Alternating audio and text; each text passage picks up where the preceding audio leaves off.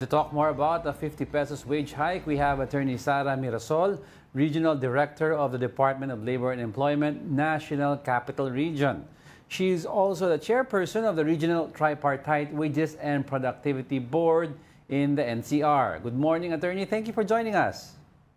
Gandang umaga po sa inyong lahat at sa ating mga viewers po. Yeah, so we all know that the Congress had their own version for across the board wage increase and the Senate. But I'd like to know what was the factors considered for this 50 peso hike that was approved. Okay, ang board po kinonsider po ang GDP o gross domestic product, ang growth po ng economy, as well as nakita po natin na mababa po ang inflation ngayong taon, the past months, ano? And of course yung unemployment rate ay 5.1. Yun po ang mga kinonsider po natin. Of course, we have to balance the right of the workers to protect from protection to a very low pay, and as well as the employers return of investment din po. So yun po, mahirap po sa board. Alam ko po na naiintindihan ko ang mga hinaing ng manggagawa, but we also consider other factors po. I'd like to, in relation to that lang, no, sabi ng iba kasi ba't hindi lang daw hinintay yung 20th Congress na ma-refile if ever lahat ng bill. Kasi if ever daw matakal yan at ma-approve next Congress, parang pumatong lang daw sa 50 pesos ang ma-approve. Ang mandato po ng ating wage board that we need to review the socio-economic conditions 60 days prior to the anniversary date of the current wage order. So mandato po namin talaga na mag-conduct po ng review, mag-conduct ng public consultations and public hearing within 60 days. Kaya yun naman po ang ginawa po namin. Okay. Kasi last year, ang huling increase nyo was July 17, 2024, if I'm not mistaken. Ano? So talagang yun yung time frame po ninyo.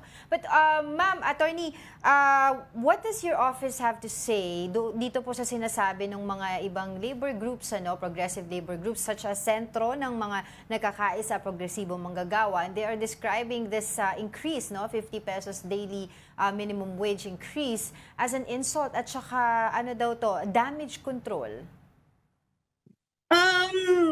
I respect the opinion of our labor groups, as well as yung ibang sector din po, at naiintindihan ko po, but sabi ko nga po, ang mandato namin hindi lang yung mga considerations on the part of labor, kailangan din po tingnan natin yung ekonomiya at ang kakayahan ng ating mga namumuhunan. Kaya po at ito po ay collective decision po ng wage board, at kinonsider po natin yung mga hindi lang po yung domestic situations or mga factors, tinitingnan din ho natin kasi tumaas din po ang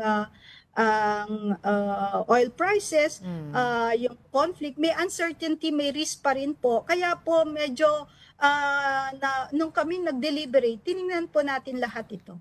So, ma'am, kung kasama dito lahat, kahit small, medium, large enterprises, contractual, regular employees, lahat kasama dito under this 50 pesos basta na sa NCR?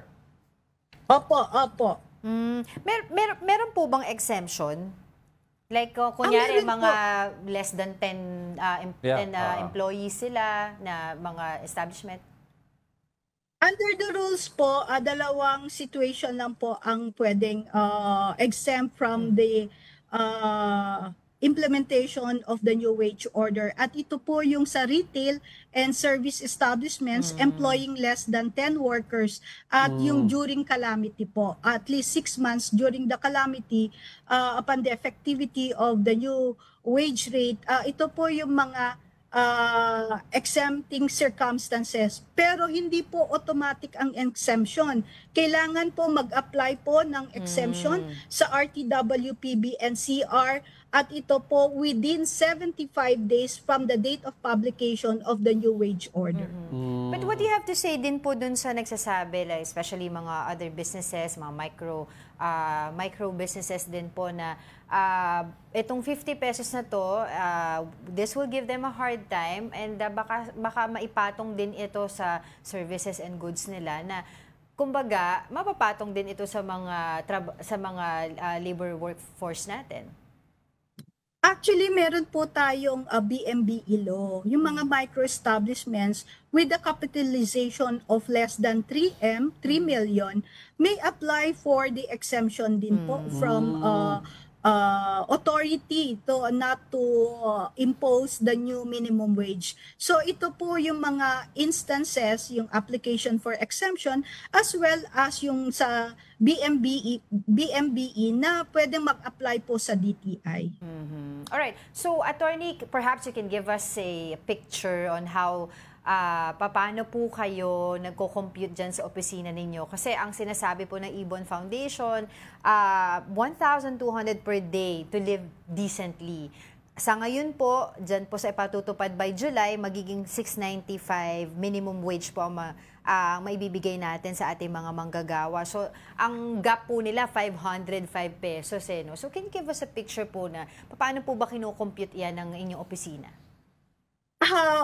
Opo, kino-consider na may mga formulas po kami, pero mga inputs po ito sa pagko-consider. Hindi po exact yung 50 pesos na sa formula na po namin kino-consider, no?